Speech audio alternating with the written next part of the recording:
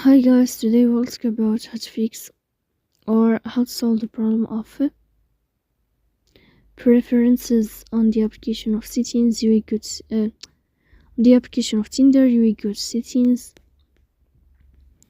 Here we go to apps, default apps, app settings. In this page, you will go to this window of Tinder. After that, you will click on first stop and you can click OK. Here you will enter to the window of storage. Then you can click on clear cache.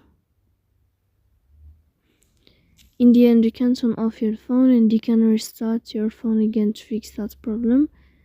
So please don't forget to support us by like and subscribe. See you next time in another video, and thank you for watching and